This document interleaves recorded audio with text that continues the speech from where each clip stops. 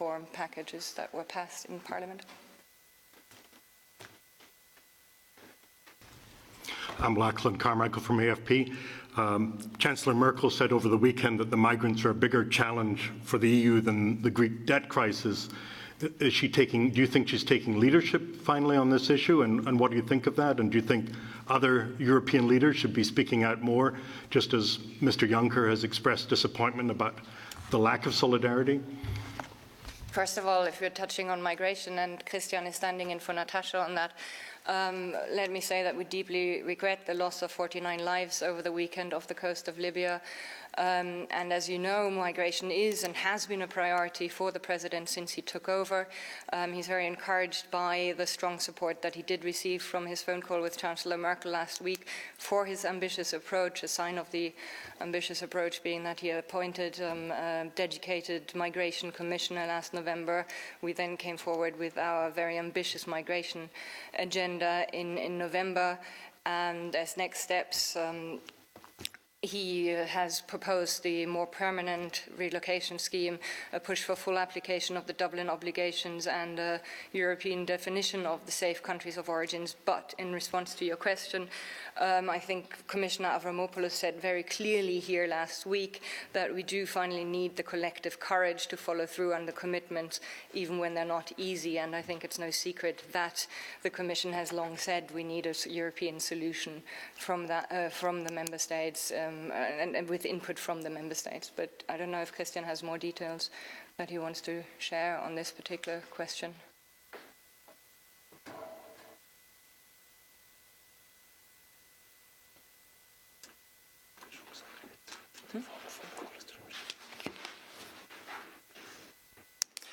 Yeah. Well, I think Annika has said most on it already. Let me just reiterate that implementation of the European agenda on migration is underway, and that we're working full steam ahead on this. So just to remind you of the reinforcement of Triton and Poseidon to save lives, the hotspots in Italy and Greece to better manage the flows of migrants. And you've already, I think, mentioned also the next steps that are on the way. So, yeah, I don't know if there's any more concrete questions, or maybe probably you want to come back on this. Now it is. Just in a general point, though, do you want European leaders to speak out much more, just as Merkel has over the weekend? I mean, the people most concerned, like Renzi, have spoken out, but do you want others to speak out? And do you see Merkel as taking leadership on this issue? It's not that clear to me. Well, I think that the President is happy to count on the support of the German Chancellor and for the Commission's plans. And we can also think of the Council, where there was strong support from the leaders on the European agenda on migration, in principle. And now it's the phase of getting more and more into concrete action, implementing the action of the European agenda on migration, also coming forward with the permanent relocation scheme towards the end of the year. Just some concrete questions. Okay. What about the 30 million euros that's going to go to Greece soon? Do you have any update on when that might arrive? Have the Greeks set up the authority to manage the funds properly?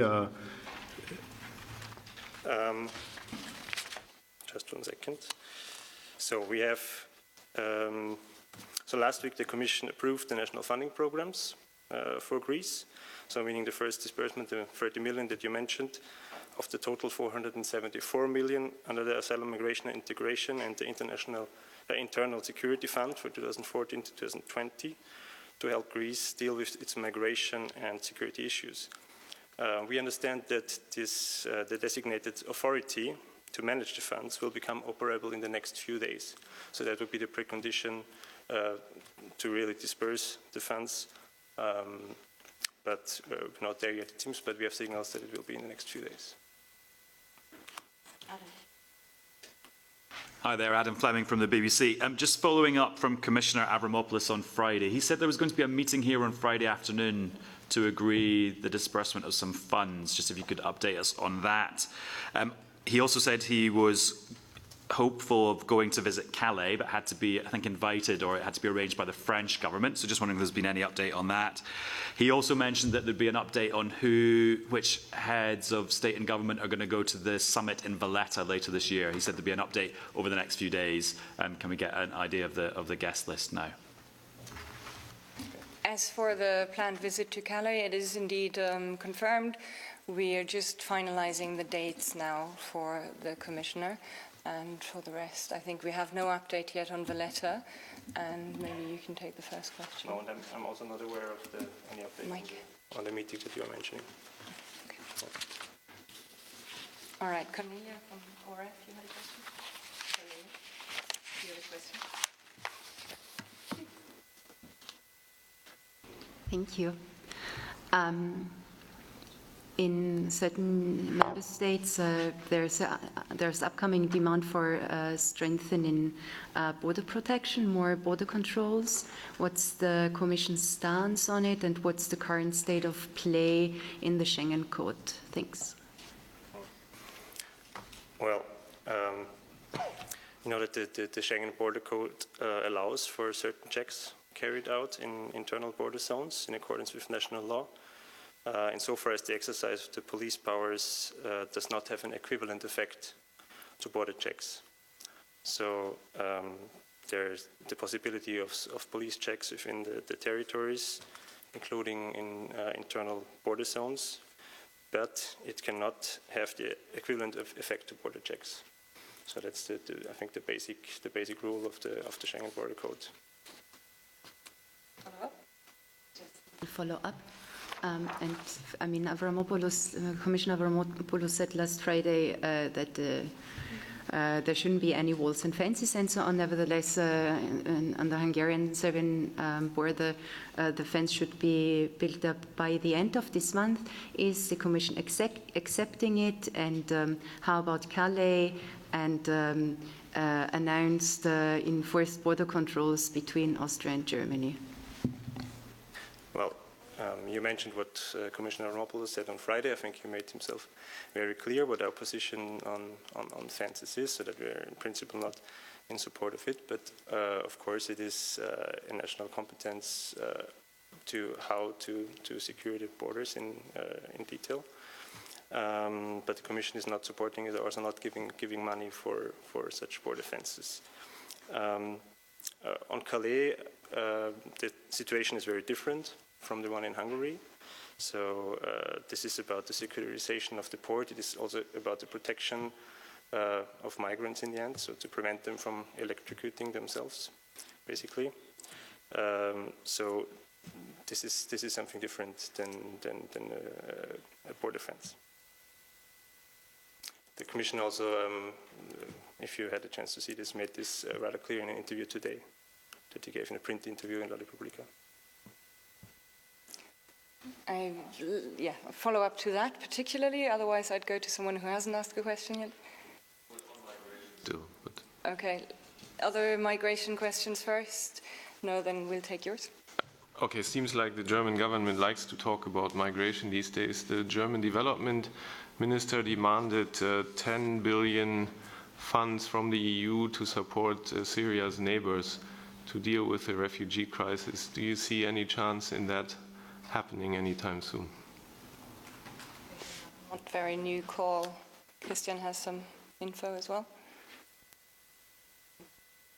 I think this was already raised several weeks ago, the suggestion, and also discussed in the Council.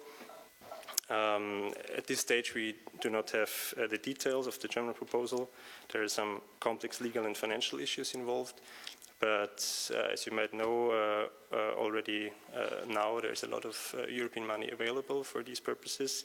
So under the former European Refugee Fund, 650 million were available. Today, the European Commission gives 3.1 billion to member states under the Asylum, Migration and Integration Fund. In addition, the EU is providing substantial assistance to refugees, internally displaced persons and asylum seekers all over the world, with more than 200 million in ongoing assistance from development cooperation and over 1 billion of humanitarian assistance dedicated to refugees and IDPs since the beginning of 2014.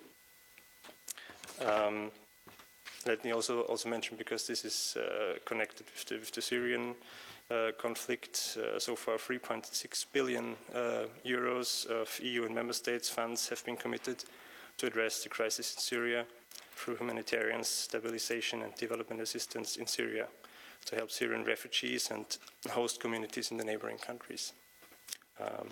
For any more details on figures and so on, I'm happy to follow up bilaterally also. Okay, thanks for that explicit answer. Yep, elaborate.